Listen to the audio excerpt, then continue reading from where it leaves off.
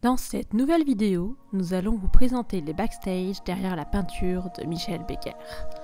D'où vient son inspiration? Quelle technique de peinture utilise-t-il? Quels sont ses outils pour peindre? Si vous êtes curieux, restez jusqu'à la fin de la vidéo pour voir le résultat final du tableau. Petit disclaimer, la vidéo a été filmée avec deux appareils différents, d'où le changement de qualité image et son, et le tournage ayant été fait sur le vif, il est possible que quelques plans soient flous ou bougent un peu. Merci de votre compréhension et bon visionnage à tous. Alors là, c'est un exercice que j'adore faire. Je reprends un tableau, un fond de tableau que j'ai commencé il y a une éternité.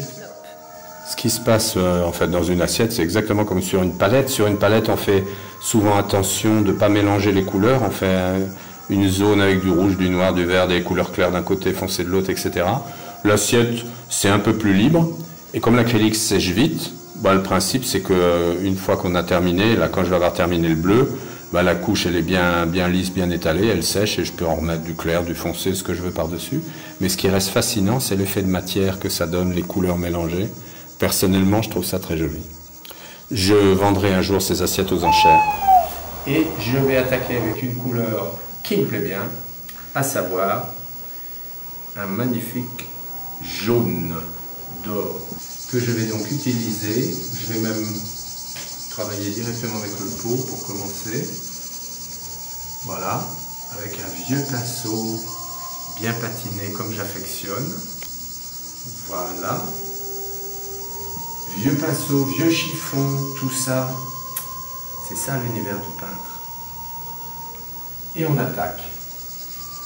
Donc un labyrinthe pour moi, ça évoque des formes un peu comme ça.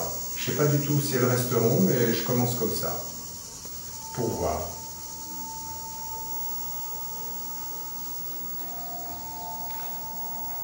Et là, on voit qu'il y a des effets de transparence. La couleur jaune, évidemment, est transparente. On voit ce qui se passe en dessous. Et petit à petit, en multipliant les couches, on arrive à des effets de couleurs et de matière complexes que j'adore, tout simplement. Et là, on va faire un peu une symétrie, sans chercher la symétrie exacte, ça n'a aucune importance.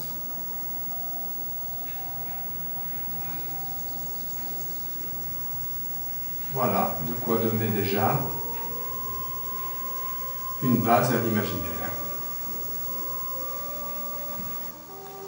Un labyrinthe dans le ciel. J'ai un ciel à peindre. Je veux en tout cas donner un effet de ciel.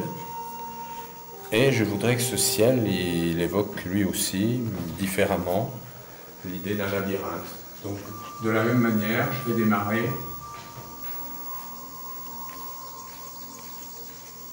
en faisant des formes qui vont faire écho à celles que j'ai commencé à tracer en jaune, mais qui resteront, qui doivent rester, en tout cas dans mon esprit, un ciel. Cette technique de peinture, c'est en réalité ce qu'on appelle une technique de glacis, parce qu'on utilise des couches qui se superposent et qui créent donc, comme je l'expliquais tout à l'heure, une transparence pour donner des couleurs complexes qui apparaissent différemment selon l'éclairage, parce que le principe, c'est que la source lumineuse, elle traverse les couches transparentes, elle se réfléchit sur la couche opaque qui est derrière, et c'est là qu'on a le résultat visuel de la couleur résultant du tout et des superpositions. La manière dont je travaille, c'est que je ne cherche jamais trop de logique quand je commence, sinon ça fait vite un frein. Mais je tiens quand même compte au fur et à mesure de ce que je peux apercevoir comme ça en dessous. Et voilà, et ça laisse un peu, ça me permet de laisser un petit peu le pinceau aller entre certains repères anciens, des traces qui me servent de support, tout ça étant très libre, d'une certaine manière très abstrait pour aller progressivement vers une figuration complètement libre et plus exactement une évocation, donc en l'occurrence, d'un labyrinthe complexe et changeant où il va y avoir des personnages, donc on ne fait que commencer. Alors après il faut travailler un peu, l'acrylique est une peinture qui sèche assez vite, ici il fait très chaud, on est en Provence, on entend quelques cigales dans le lointain, Heureusement qu'elles ne sont pas trop près, mais ça veut dire qu'il ne faut pas traîner. Donc ça se travaille mécaniquement, une couche de peinture, il ne faut pas hésiter, c'est comme un enduit pour le maçon. Là je vais me servir, je vois qu'il y a quelques coups de pinceau, quelques traits, je trouve ça sympathique, je vais m'en servir comme support. Je vais conserver un petit peu ça, et puis voilà, travailler par rapport à ça. Ce que certains appellent mes pétouilles, eh ben moi j'aime bien les pétouilles, c'est une ponctuation, ça donne de la vigueur. Ça exprime je sais pas quoi, mais ça l'exprime vachement bien. C'est l'intérêt. Ce qui est rigolo, c'est qu'entre des touches de peinture, on arrive à créer un effet de continuité, d'enchaînement logique.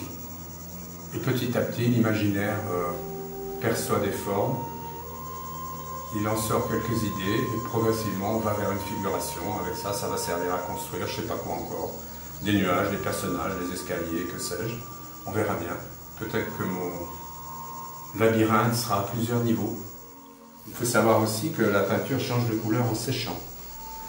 Elle est toujours plus claire pour l'acrylique quand on la pose sur la toile et elle fonce en séchant. Donc il faut en tenir compte. Je vais commencer à mettre un peu de lumière. J'adore travailler avec du blanc. Je vais donc commencer à éclairer un petit peu. Pas forcément la scène, puisque je ne sais pas encore exactement à quoi elle représentera, mais faire venir un peu de lumière.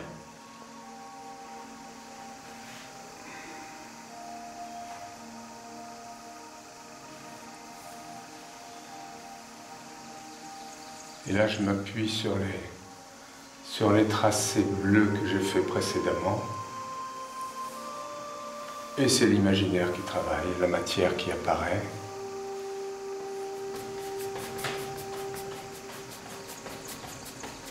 Dans des moments comme ça, ce qui m'intéresse, c'est l'aspect de matière. La lumière, bien sûr, puisque c'est ce que je recherche, mais beaucoup la matière qui apparaît.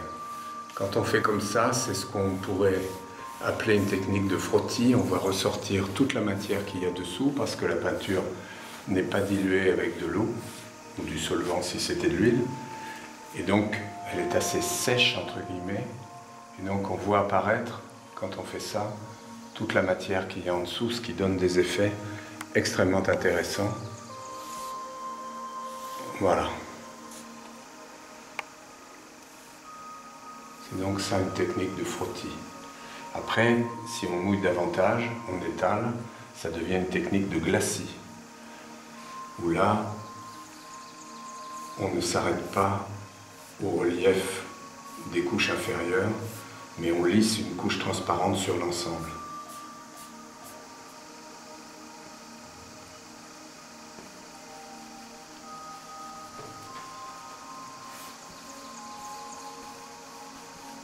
Là, j'amorce ce qui va probablement devenir des personnages.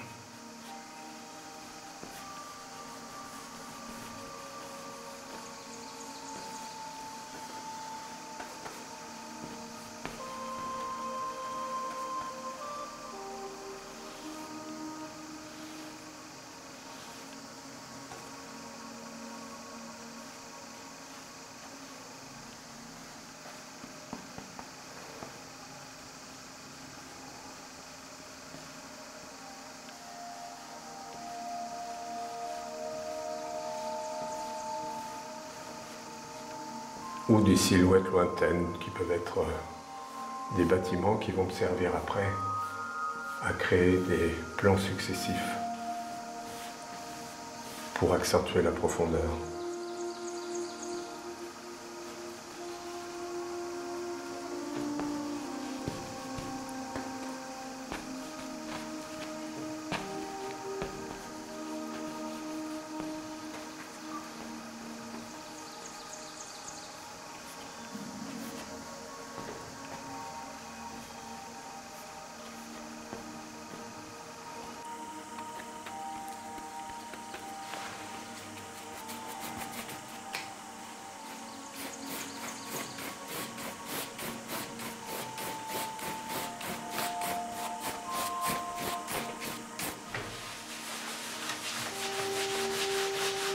Alors là, je fais un très fin glacis à l'éponge de couleur verte. Un peintre n'est pas un peintre sans ses diverses couleurs. On dit que c'est dans les vieux pots qu'on fait la meilleure soupe, mais dans les pinceaux, c'est un peu pareil. Un pinceau neuf, c'est jamais... Ça perd quelques poils, c'est un peu trop rigide, c'est pas fait à la main de l'artiste. Quand un pinceau a quelques heures de vol, voire beaucoup d'heures de vol, c'est beaucoup plus agréable. Et là, tout d'un coup, ça change. Ces silhouettes qui étaient un peu pataudes, enfin, c'est ma manière de les travailler, prennent un tout autre aspect quand on les associe à quelques traits. C'est un peu comme une ponctuation, comme, je sais pas.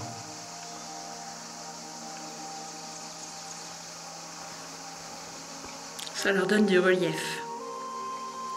Oui, et puis en même temps, c'est une manière de dessiner un peu approximative et en même temps très spontanée, qui sans doute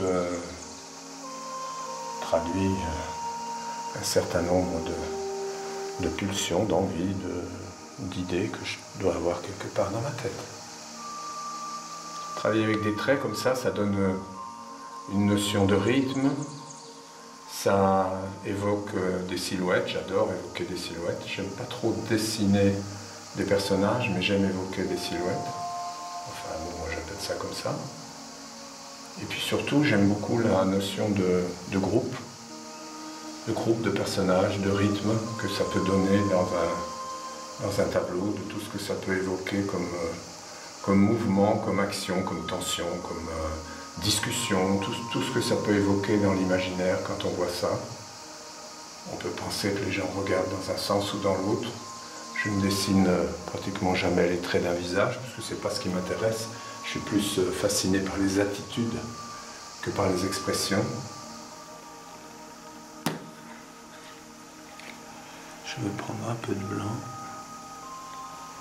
que je vais mélanger avec un vert émeraude qui est en réalité un vert de phthalocyanine qui est très puissant, très puissant. Et même en mettant très peu, on a une couleur extrêmement forte.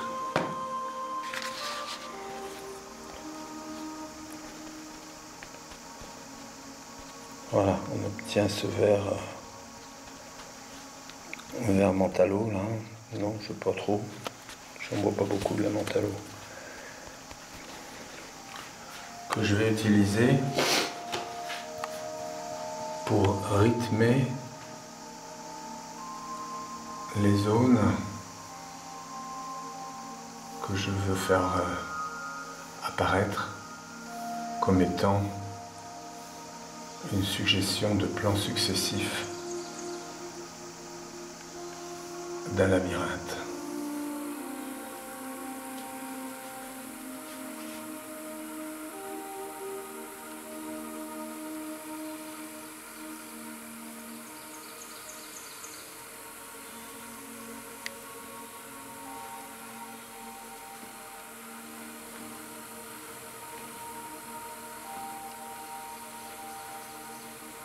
La nature a horreur du gaspillage, donc, comme le faisait en toute simplicité le Titien, par exemple, eh bien, je mouche mes pinceaux sur une toile vierge que j'ai à côté de moi.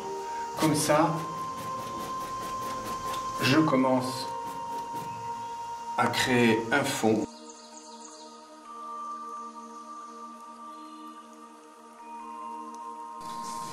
Donc là, vous voyez les personnages avec donc...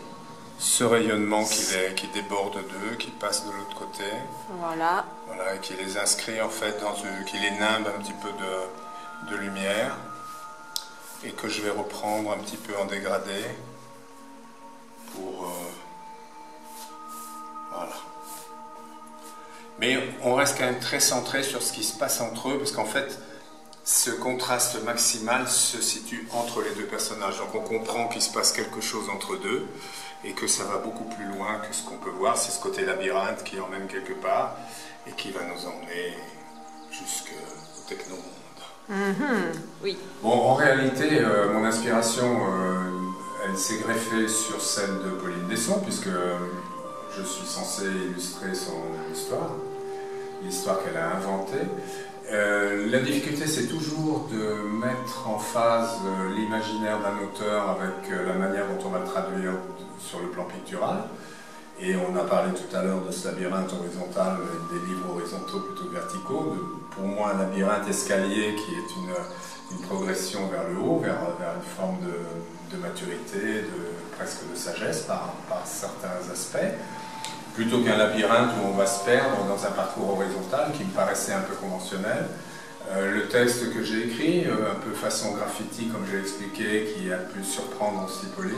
Donc on est en plein dans la différence d'imaginaire, la manière dont deux imaginaires peuvent s'exprimer sur un même sujet, l'un par écrit, l'autre par visuel.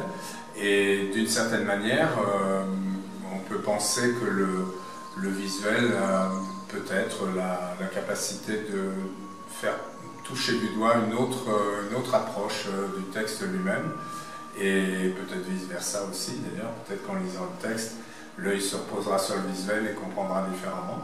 Mais je pense qu'il y a quand même une bonne symbiose entre les deux.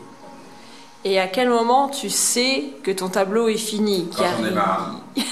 Qui a rien à je sais qu'il faut que je m'arrête, sinon je vais le détruire. Et il m'arrive parfois, c'est pas le cas ici, quoique ça fait un moment que j'ai commencé celui-là, mais il m'arrive parfois de commencer un certain nombre de tableaux, de les oublier pendant quelques mois, voire quelques années, puis de les reprendre. Pour certains de me dire « Ah, j'y touche plus, c'est super comme ça », pour d'autres de me dire « Non, non », et je retravaille jusqu'à un moment où, de nouveau, je me dis « Je le laisse un peu de côté », ou bien je me dis « Ça y est, il est bon, il est fini ». C'est assez variable. D'accord. Et par rapport au tableau de la Chouette d'Or, est-ce qu'il y a aussi eu des tableaux dans la Chouette d'Or où justement t'as senti que justement t'avais cette lassitude de les faire à partir d'un moment où t'étais vraiment souvent dessus? Pas lassitude, parce que j'ai pas eu le temps de me lasser, je les ai fait quand même dans un laps de temps relativement court compte tenu de la dimension et du nombre des tableaux. Mais en revanche, pour chacun d'eux, il y a un moment où j'ai commencé après avoir commencé à travailler en fonction des directives qui m'avaient été données par Max Valentin, pour chacun d'eux, il y a un moment où je m'en suis échappé, où j'ai créé de la lumière, des nuances, des couleurs, des ambiances, et qui, pour certaines, ont pu être utilisées par Max Valentin pour étoffer ces fameux madis, les réponses qu'il a données dans ces fameux madis. Voilà, mais effectivement, dans tous les tableaux de la Chouette d'Or, mon imaginaire a eu sa part assez large à jouer.